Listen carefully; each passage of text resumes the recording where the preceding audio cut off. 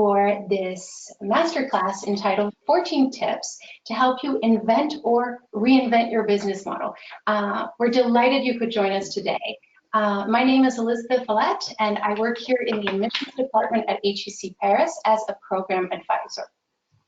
I'm here today with Professor Laurence Lehmann Ortega, who will be hosting this online masterclass. So thank you very much, Professor Lehmann Ortega, for being here today and for sharing your 14 tips on how to invent and reinvent your business model. Now, before we get started, what I'd like to do is I'd like to invite you to answer a short survey. This will help us understand why you're here today. So let me just do the survey real quick. All right, and here we go.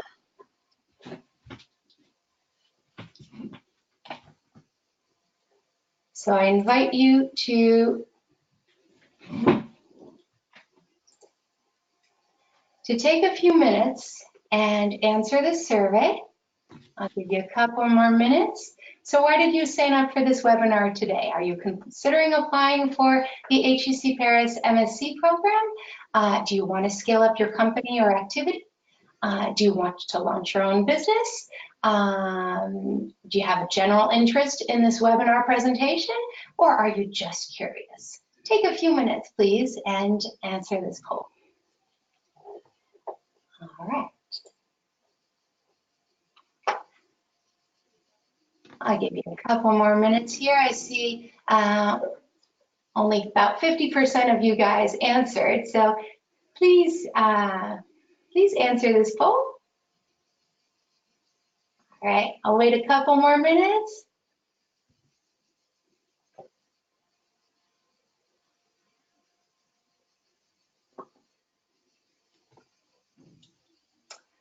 All right, so I'll be closing this poll now. Last chance.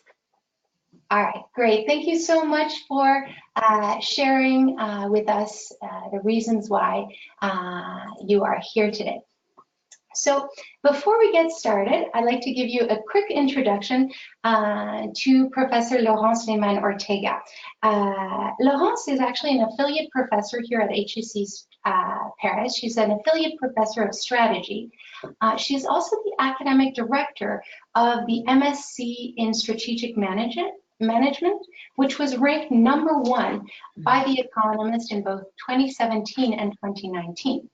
She also teaches on the pre-experience MBA program, the EMBA, custom programs, as well as our 100% online MSc in Innovation and Entrepreneurship program, which we're running in partnership with Coursera. The tips she'll share today are based on her Odyssey 3.14 method, a method she devised about 10 years ago with her colleagues Hélène Chanu-Musicas and Jean-Marc Chapoux. So before I hand over to Professor Laurence Lehmann Ortega for her online masterclass, I'd like to give you a brief overview of our online MSc in Innovation and Entrepreneurship program, which we also call MSIE program. So as the name indicates, this program focuses on innovation and entrepreneurship. So the aim of the program is to help you become a change agent, either within your organization or within a startup context. You'll learn, among other things, how to boost your creativity, how to develop new products and services, how to scale up operations, how to organize for innovation. So you'll find that the content of the program is really aimed to help you become more innovative within your company or within a startup context. And that really sets it apart from a general MBA program. It is an internationally recognized degree. So the diploma you'll receive will read MSc in Innovation and Entrepreneurship. It will be delivered by HEC Paris, which, as you probably already know, is leader in business education, second only to LBS in Europe. The MSIE program is delivered fully online thanks to the Coursera platform, so there is no need to come to campus. and it is absolutely compatible with full-time work. In fact, you can even work offline for some of the courses. You can download the courses and watch them while you're commuting to work or commuting back from work. And finally, because of this online method of delivery, it offers a valuable program, also an interesting tuition fees here, attractive tuition fees. And I'll speak a little bit more about that in just a quick while. All right, so the target population on the program are aspiring entrepreneurs as well as existing entrepreneurs, also employees who are interested in innovation and in entrepreneurship, so corporate entrepreneurship, consultant managers and executives. This is to give you an idea of who we're looking for on the program, but of course, we have a very large range of participants on the program, spanning from all industries, and in general, participants are 38 years old, have roughly 15 years of professional experience, and draw from around the globe. All right, now you can either apply directly to the MSIE program, or you can start with the Managing Innovation and Design Thinking Specialization, which is composed of 4 courses and costs $79 per month. Or you can start with the online certificate, which is composed of 10 courses and costs 3,450 euros. Or you can apply directly to the MSIE program. And note that the courses that you've already completed, either in the specialization or the certificate, will count towards the MSIE program. So you won't need to take those courses again if you've already taken them. So if you're curious to find out how to apply to the MSc in Innovation and Entrepreneurship program, I invite you to stay connected until the very end of Professor Laurence Lehmann Ortega's, as I will be guiding you through the application process. So in the meantime, I let you enjoy Professor Lehmann Ortega's presentation. I invite you to share your questions and comments on the right-hand side, and also participate in our next polls. All right, so for now, I am going to go ahead and give access to Professor Ortega. So here you go. You should have access, Laurence? Let's see if this works. So can you see my screen? No, I don't think so. And now? Yeah, now it should work. Here we go. Can you see my screen? Lovely, yes. Okay. So, so thanks again for inviting me. I'm really delighted to show you today this those 14 tips about reinventing a business model. So can you see my slides? Are we fine on this? Can you see my slides? Yeah. Can you hear me properly? I can hear you. You're all good. So I will start. So maybe I can start by telling you about the year 2014, when the Financial Times ended the year saying that this was the year of disruptive innovation. This means that this was the year when those innovations such as Airbnb, LinkedIn, Uber, or BlaBlaCar, or lending clubs, Zopa, or even the MOOCs actually became mainstream, which means that those companies, most of them were created, let's say Airbnb and Uber were created in 2008, so 2009, so this is over 10 years ago, but it took them a little while to become mainstream and well known by most of us. So this means that we are in an age where a lot of new entrants come in and you know, try to change the rules of the game in the industry. And then existing firms have to react to those new entrants, and they have to do something. And the thing they need to do is basically innovation. They need to innovate to make sure that they can actually counter or actually compete, go on competing with those companies. And so innovation has really become key in most companies. And so what I would like to ask you for a start is that you tell me, and we have a little quiz here, to tell me how important innovation is in your company, how important innovation is in your company. So can we have the a little quiz? Yes. So how important is innovation in your company today? So is it a priority number one? Is it among the top priorities? Is it a second order priority, or is it not important at all? So I'd like to know from you how important innovation is in your organization, either your former organization or your current organization. Just let us know how important innovation is in your organization. So let's see, couple of more seconds just to make sure that we give the time to all of you to answer this question. Okay, so again, is it priority number one? Is it among the top priorities? Is it a second-hand priority and not important at all? Probably not important at all, wouldn't get any hits, but let's see. Okay, so I think we can just show the results, maybe, Elizabeth? Yes, so you can see that 30% believe it's priority number one, 48% of our voters believe it's among the top priorities, and 22% believe it's a second order priority. So most of you, 50% of you, believe that it's among the top priorities. Yeah, and if we group the first 2 months, priority number one, and among the top priority, it hits to over 80%. So this is interesting, and this is actually the same idea with that is shown in this survey. So this is a survey done every year by the Conference Board Challenge, which is an American organization that asks CEOs all over the world what their top priorities are, and the higher the priority, so 16 would be the top priority, and you can see that innovation has ranked among the top priorities over the past 5 years, let's say. So over the past 5 years, innovation has really become key in organizations. And so you're perfectly in the statistics, because in most companies this has become very important.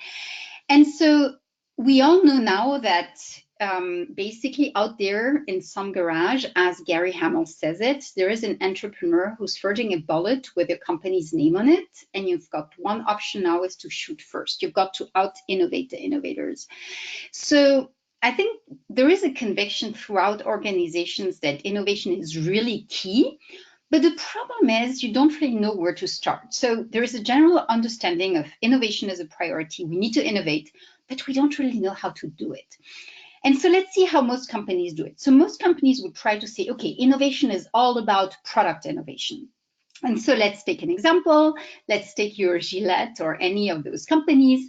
And, you have this great idea about a product innovation where after having one blade, you can be very innovative and have 2 blades. But once you have 2 blades, maybe you can be even more innovative and have 3 blades. And this is typical of product innovation. And my next slide will be in a world premiere, next year's product by Gillette. Of course, this is a joke, this idea that you could increase this product innovation by a number of blades. So this idea that maybe just focusing on product innovation and on making it a little better than it used to be is not really the right way of doing it. And if we think of companies like BlackBerry, who were really successful companies 20 years ago, but they just hit the turn that occurred at the beginning of the 2000, because probably they focused too much on the product and didn't understand this idea of ecosystem all around. So that's the first thing that companies would do: focus on product or service innovation and see how they can be innovative in the product or service. Then another thing that companies usually do is that they think that innovation is all about technology. And if I ask you which companies are the most innovative in the world, you would probably tell me about Google, Amazon, Apple, or maybe Didi and Alibaba and Tencent if you're more in Asian countries. But basically, very often when we think about innovation, we think about more technological companies. But what I would like to show today is that innovation, of course, technology is a wonderful enabler of innovation, but it's not the only one. So again, innovation is key. We know we can do product innovation, but it's probably not enough. We know that technology is great, but it's not the only means of going to innovation.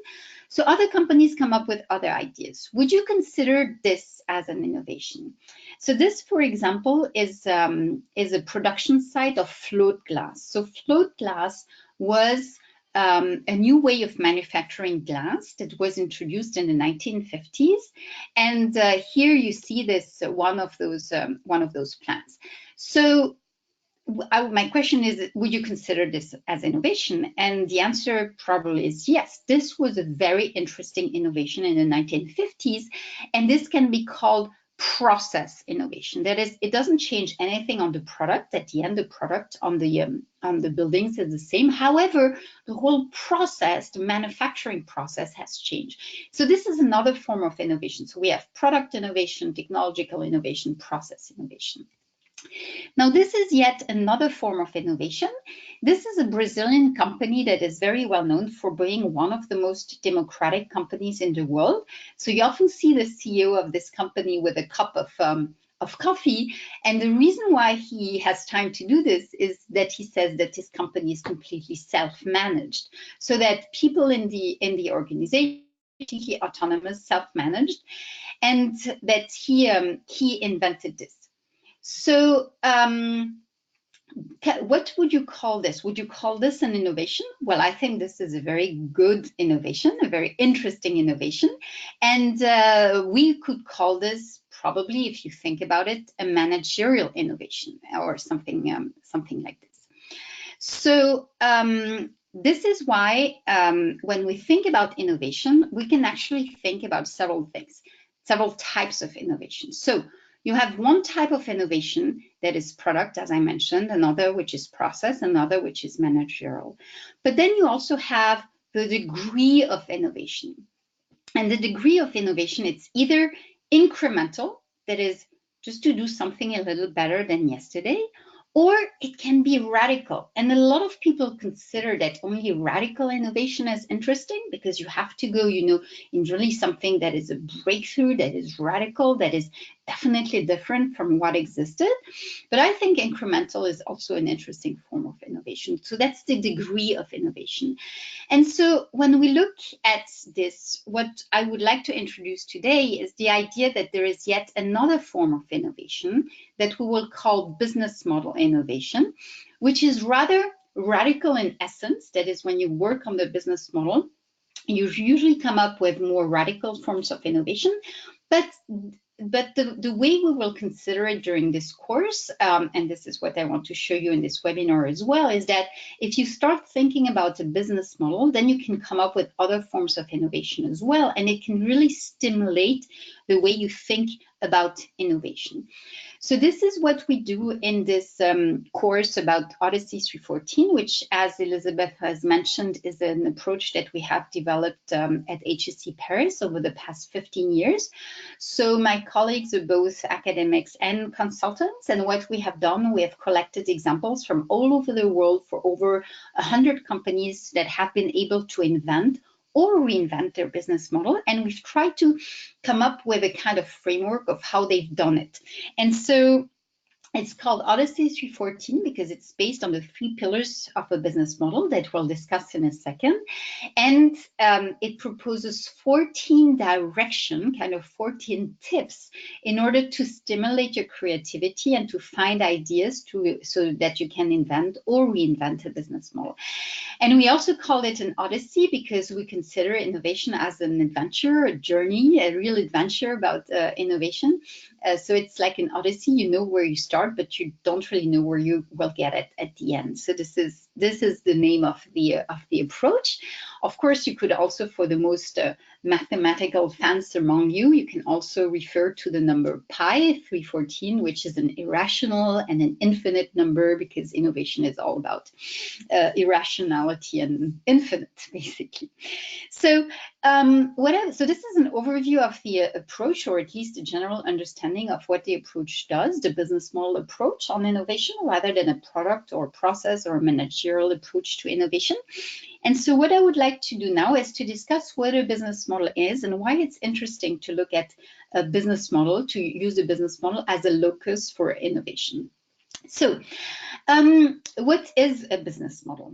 So some of you might be familiar with the business model canvas, which is a very interesting way of thinking about business models. So the one that we have developed is slightly different, as you will see in a minute, but they're all very similar. And what we need to understand is, I think it's always interesting to remember how this concept emerged. So the word business model started to be used in a business context at the end of the 1990s or middle of the 1990s, let's say. And what was specific of this period is, of course, the beginning of the internet.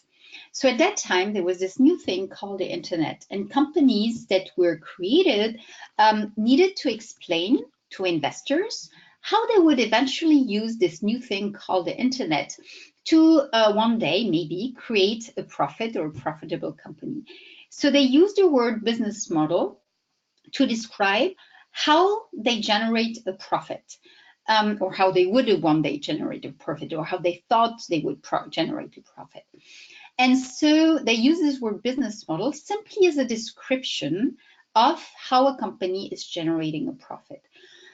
But then, so it started in the startup internet era, but then, you know, little by little during the year 2000 and more recently, basically, it became a concept used in strategy in general, saying that, hey, every company needs to explain at one point of time how it's generating a profit today or how it will generate a profit tomorrow.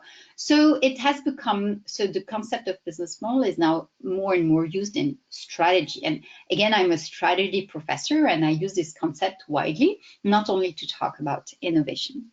So if we agree on the fact that a business model is a description of how a company is generating a profit, just think for a minute, I'll give you a couple of seconds to think about the components that you would like to see in a business model. In other words, what do you need to describe in order to describe how a company is generating a profit?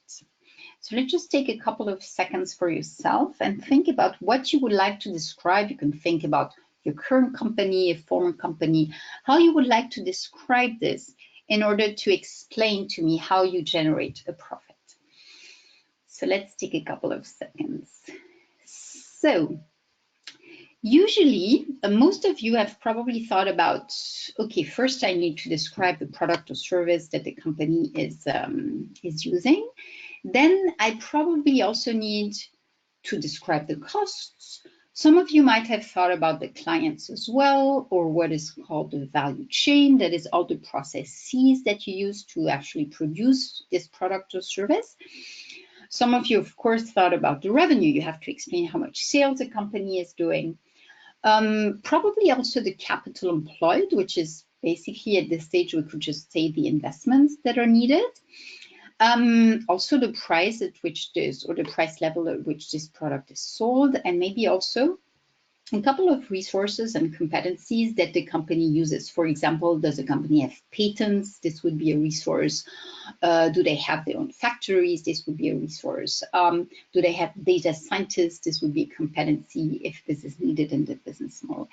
And so basically, if you thought about those points, you're all right, because this is how we will explain what a business model is. Actually, for us, a business model has three components.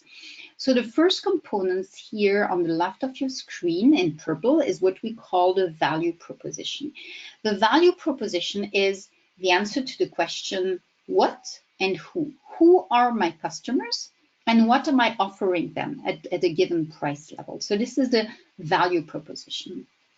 The second component here in blue at the right side of your screen is what we call the value architecture.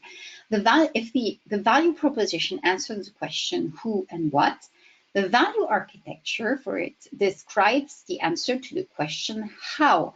How am I organized? What are my processes? What are the resources and competencies that I use in order to deliver this product or service in due time to my customer? And then finally, the value proposition and the value architecture will explain the third component, which we call the profit equation. And the profit equation is just a financial way of looking at the two previous components. If you have a good value proposition, if we make it very simple for the purpose of this webinar, if you have a very good value proposition, this will result in revenues. If you have a good value architecture, this explains your cost and your level of capital employed. And so this is how we frame our business model concept. You have three components, thus the three of Odyssey 3:14. With a value proposition that answers the question who and what, the value architecture that answers the question how, and the profit equation that answers the question how much. The way we measure profitability in this case is revenue minus cost, which is EBIT or operating profit, if you wish, divided by capital employed, which is the famous ROCE, return on capital employed. And so this is the way we frame what a business model is. So maybe the easiest is to go into an example and to show you that innovation is not only about startup and not only about digital.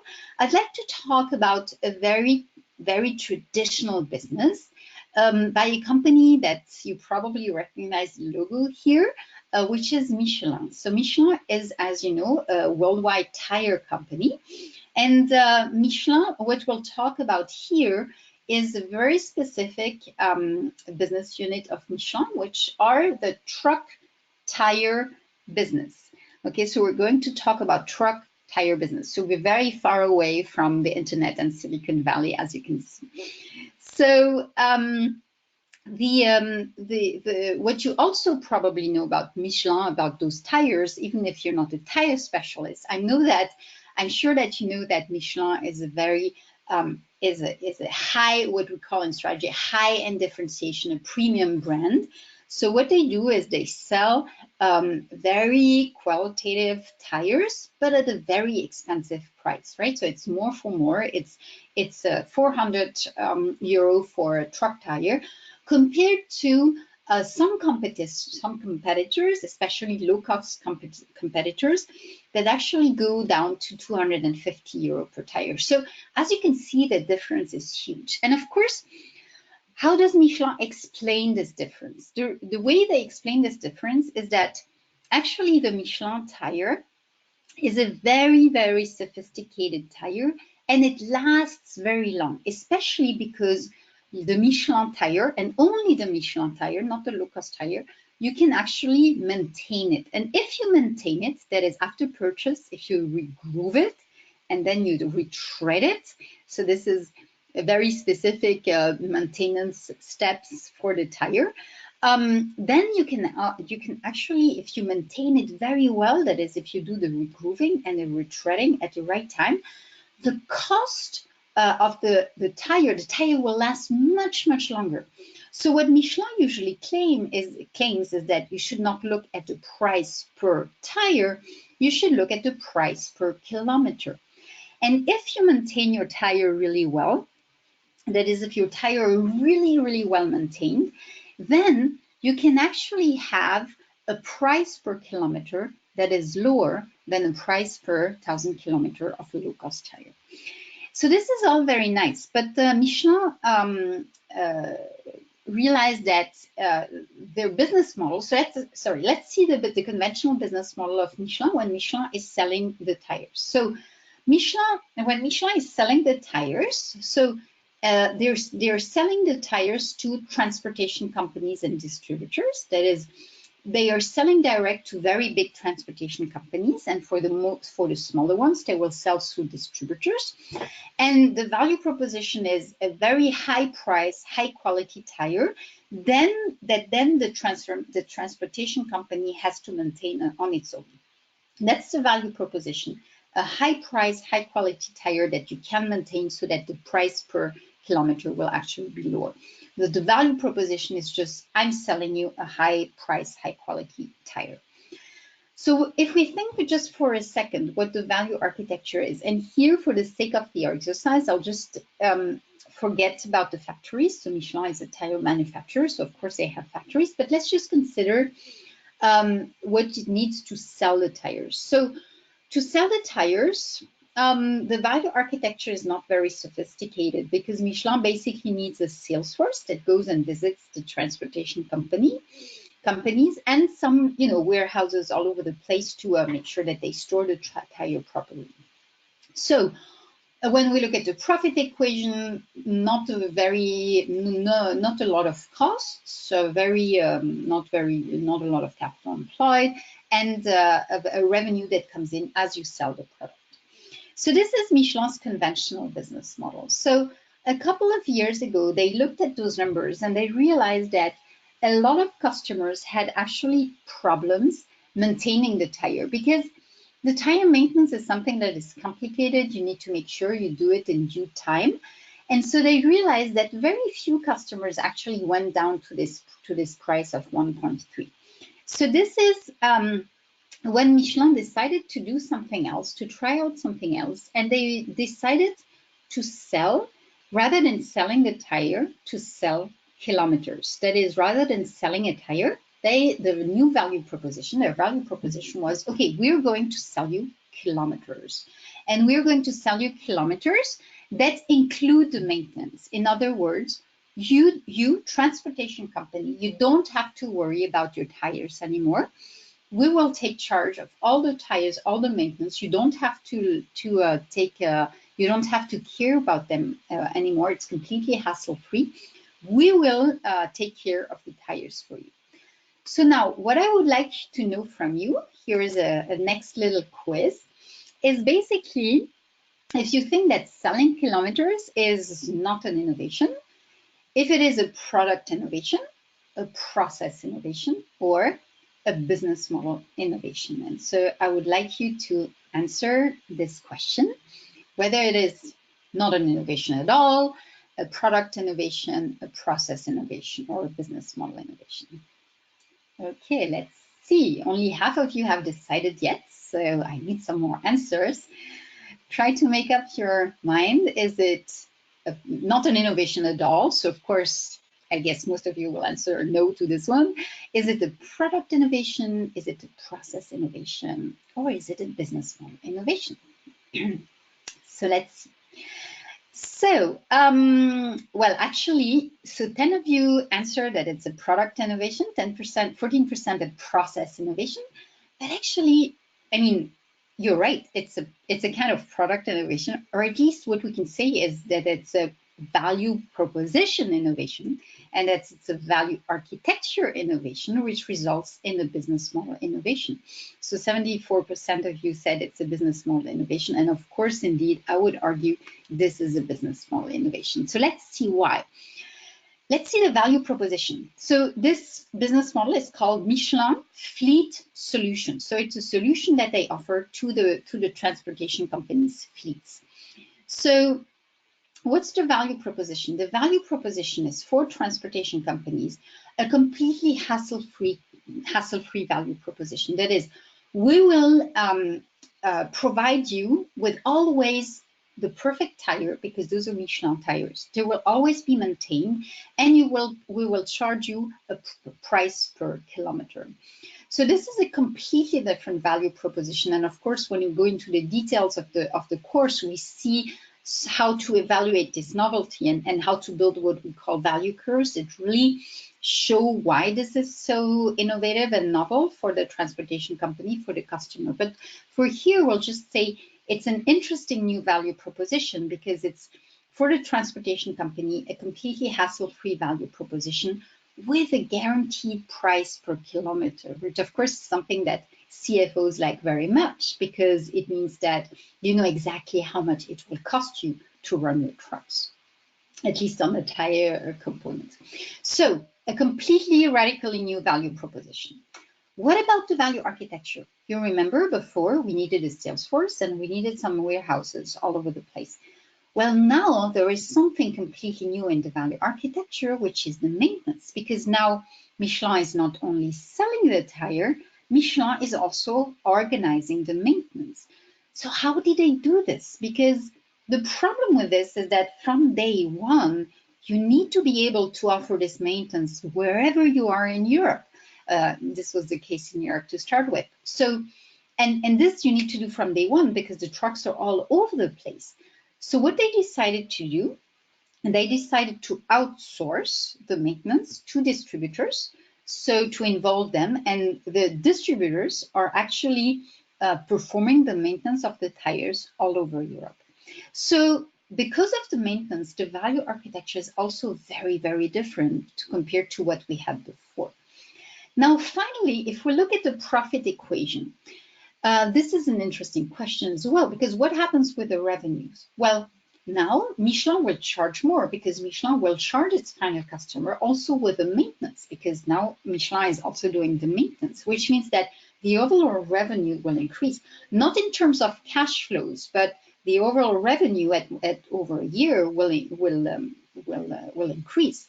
What I meant with cash flow is that you will have different cash flows because you will have every month you will have some money that comes in versus one big amount of money one shot, which is in the previous business model. So you have a lot of revenue that and the revenue increases because you also now include the maintenance, but the cost also increases because you also now need to pay the distributors for actually performing the maintenance.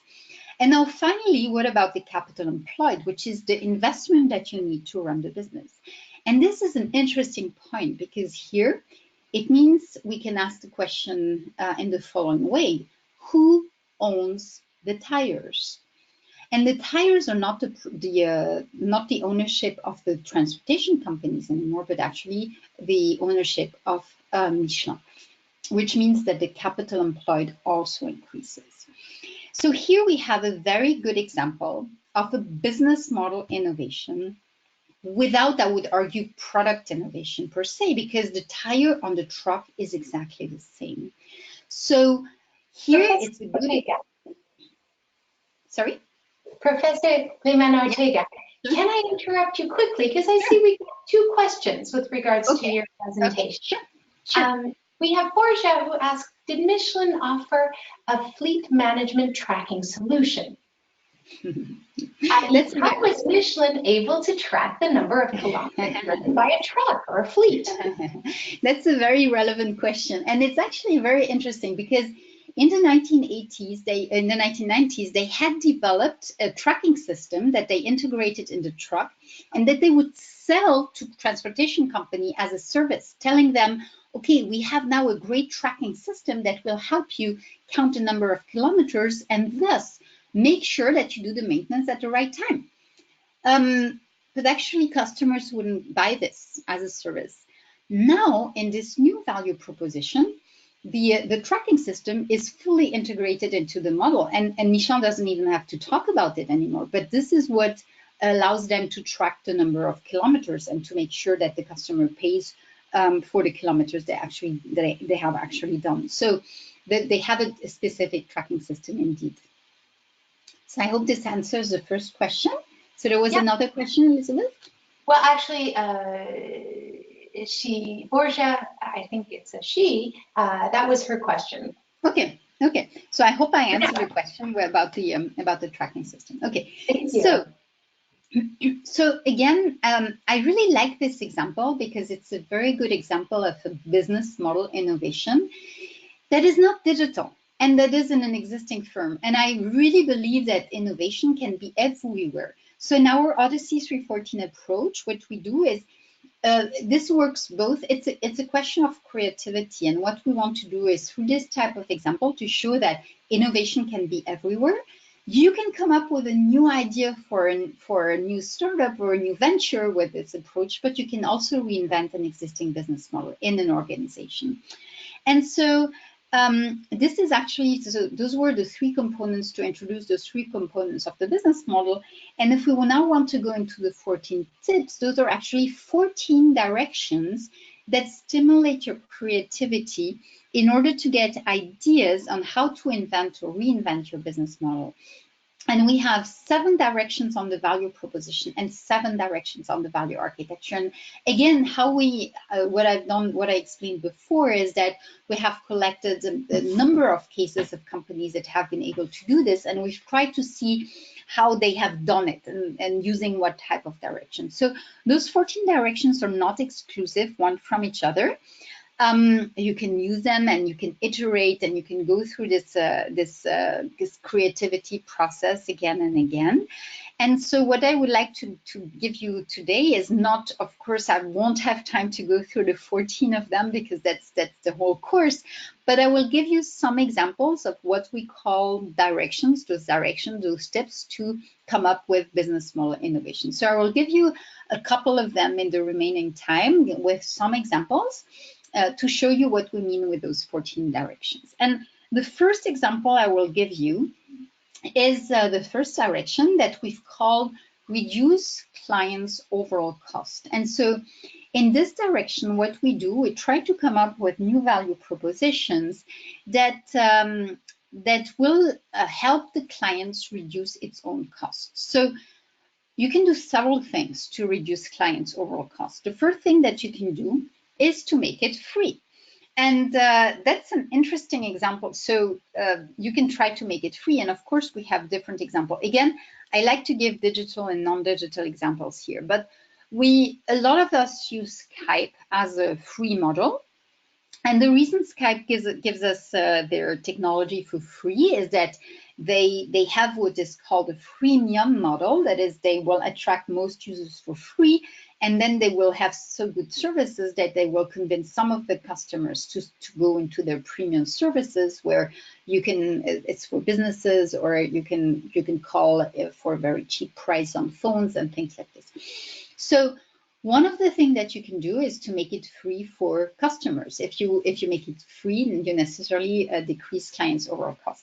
This happens, of course, a lot in the digital world, because most of those businesses or platform businesses, so we would use Gmail for free, for example, because it's the revenues of Gmail, the revenues that Google gets are from ads. So you can give it to a customer for free if you can generate revenue with another customer. So this is really disconnecting the using customer, and the paying customer is a very interesting avenue for innovation, which is exactly what a company like JC Decaux has invented 30 years ago.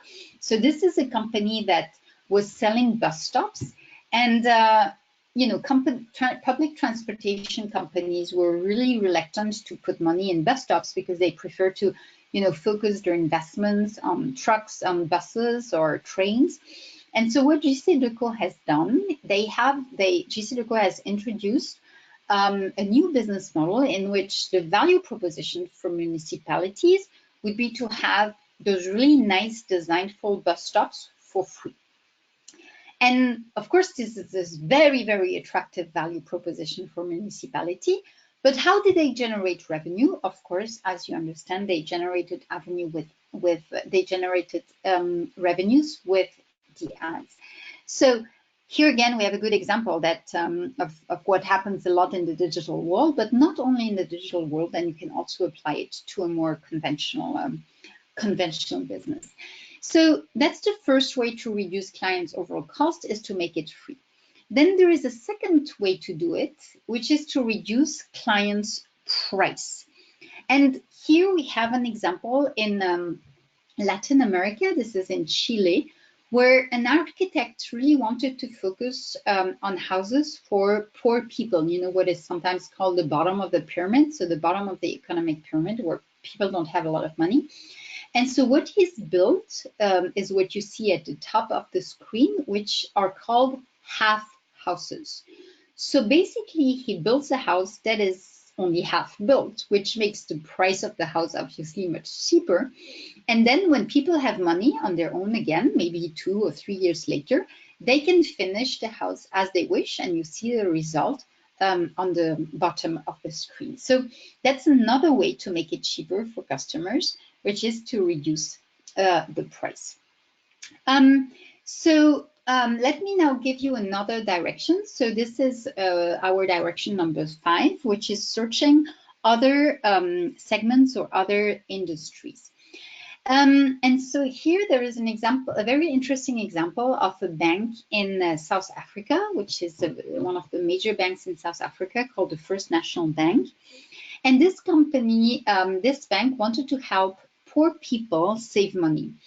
And so, you know, the problem for those people is that they don't have money to save because they don't have money. That's the thing. But then the First National Bank looked at really the expenses of poor people, and they realized that every month they would spend a significant amount of money in lottery tickets, because when you're poor, that's the only dream that you can afford. And so, you know, if you react in a very conventional way, you could think, okay, the bank could do an advertisement saying you should not play the lottery, you know, you should put this money on a saving account. But of course, it doesn't work because people are not rational. And so they came up, First National Bank came up with a completely different idea. And they were inspired by the lottery system. So they set up a new product that was a saving account. And on this saving account, you wouldn't get any interest. That is, if you put, let's say, €5 or $10 every month, at the end of the year, you have 60 euros or $120. However, once a year, they would draw a lottery, and one of the account owner will get all the interest from all the accounts. So you still have the thrill, you will keep your money, you're sure to keep your money, but you still have the thrill of participating into a lottery. So this is a very good example of how searching other industries, in this case, a bank going to see the lottery industry, how this can actually change the value proposition and allow you to come up with a new product. The next example, so the next direction, or the next step, if you wish, is direction number 7, which is to modify the revenue stream. And here again, I'll give you 2 examples, one in B2B and one in B2C, because that's another specificities of Odyssey 314. We try to give examples that are in the digital world and not in the digital world, example of startups, examples of more conventional businesses. And we think it's very important to have this overview and not to focus on one or the other type of innovation or company.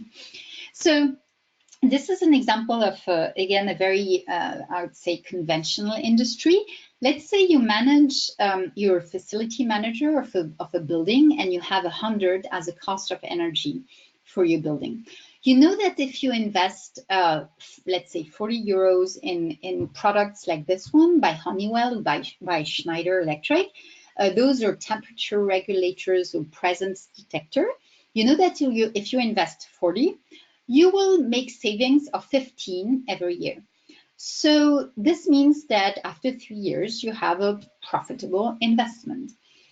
The problem for those companies like Honeywell and Schneider Electric is that they have a very hard time convincing their customer to actually invest the 40, because, you know, investment takes time and it's not core priority for those companies and so on. So what they've decided to do is to go for a completely different business model. So think about what they could do. And I've already given you some examples about companies that gave their products away for free, and this is what they've done. So I could also use the direction number 1 to illustrate this.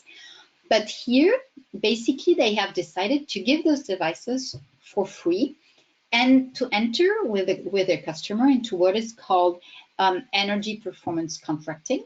So they install the devices for free, they maintain the devices, and they get paid on the revenues, on the savings done by their customers. So of course, this you need a very specific contract to do this, but this really makes sure that their customer doesn't have the problem of investing the 40 and to develop, but you need, as Schneider Electric or Honeywell, you need to be really sure that your product is actually delivering. Okay, so now I would like to go through another through another example that is more in B2C, and here we have a small video to watch. If Elizabeth, you can just yeah, let's see if it works. So I like this example because it shows that you can be innovative everywhere, including in the theater industry. So in the theater industry in Spain, they decided to do something very specific, and I think it's very interesting. So let's.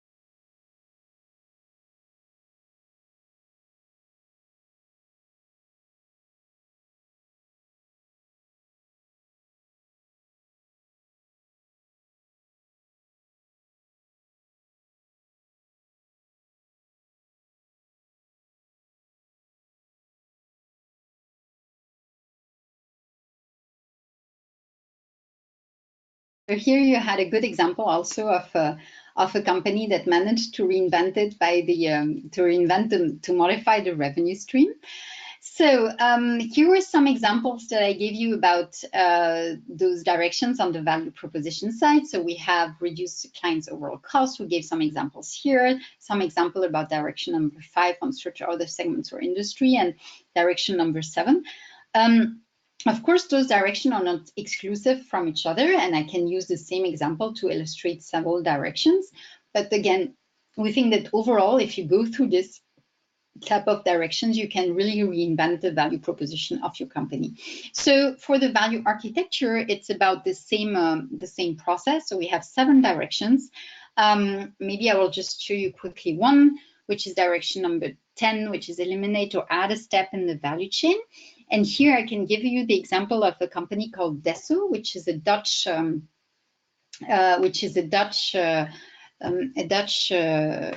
carpet company, and this company has added several steps to the value chain because they actually entered circular economy. So circular economy is a very interesting concept that we also look at, and how it can actually make sense, not only for environmental reasons, but also just for economical reasons. So what Desso is doing, so Desso added 2 specific steps. They designed the carpet in a specific way so that at the end of the life cycle of the carpet, it's easy to recycle. And so by doing this, by adding those 2 steps, they actually dramatically decreased the cost of their products, because they could reuse it again. They could reuse the inputs in the new carpet. So this is an overview of the direction on the value architecture, but again, you have 7 directions on the value proposition side and 7 directions on the value architecture side. And altogether, we believe that this really gives the key, the tips to invent a new business model or reinvent an existing business model. Okay, so so what I would like to do now as a conclusion, and maybe here I will need the help of Elizabeth again, is maybe to talk to you about what is difficult, what is so difficult in innovation, and to show you this, I would like to show you a slide. So my next slide, Elizabeth, and you can all do this exercise, is I will show you an animal, and I would like to tell me what you see. Okay, so let's see. And so what do you see? Yeah, I see a duck. A duck. Okay, so I hope you can all see the duck. Or maybe some of you don't see a duck and see another animal. Interesting. Actually, if you look closer, you can see either a duck or a rabbit, depending on where you look at it. So you can have this long bar here can be the beak of the duck, or it can be the ears of the rabbit. So if you concentrate now that you know, you should be able to see both. Of course, this picture is very well known. We have plenty of others, but this is a good example of what is called mental blindness. And the problem that we have with innovation is that if you've always been looking at the duck, it will be very difficult for you to see the rabbit unless someone tells you there is a rabbit. This is called mental blindness. Same idea. I ask Elizabeth what she sees, and she will tell me a duck, and then, it's the middle of the day, it's a webinar, and she's tired, and then our brain doesn't go further and doesn't try to see something that is there, that is obviously there, and that we don't use. And that's exactly the problem of innovation, that is to go beyond what our brain sees naturally. And this is what we want to do during this course, is basically to take you to make sure that you find new ideas, that you stimulate your creativity, that you go beyond mental blindness, and that you also see the rabbit where you usually only see the duck. Okay, so this was my conclusion. I'm of course open to questions if you have any about this approach and this course. All right, I see we don't have questions. There were a couple people who lost the sound, so hopefully we are fine with the sound now. And I will go ahead and share my screen now with all of you. All righty. Okay, so thank you for staying until this webinar. And thank you so much, Professor Lehmann Ortega. I think we got some really great tips here. And of course, you as a participant, if you're interested in finding out more about how to invent or reinvent your business model, I saw you shared some of your tips there on reducing clients' hassles and introducing more functionalities to the product. So if you're interested in finding out how that works and getting the examples from Professor Laurence Lehmann Ortega, I encourage you to go ahead and start your application for the MSIE program, the MSc in Innovation and Entrepreneurship program, which we have running here in partnership with Coursera. And if you'd like to do that, so it's quite simple, and I think you can all see my screen now. So if you'd like to enroll in this program, I simply ask that you complete an online application. On the right-hand side, you can see what it looks like. Basically, we'll ask you to submit your personal and professional information, complete 7 essays, although your answers to these essay questions should be quite short, only a paragraph long. Submit supporting documents such as your English resume, university degree, and transcript. Submit an English test if you are a non-native English speaker or have not completed studies in English, and attach a 3-minute video presentation of yourself. Note that the GMAT and the GRE exams are not required, so you do not need to take these expensive tests. However, if you have the scores and you'd like to share them with us, you are more than welcome to.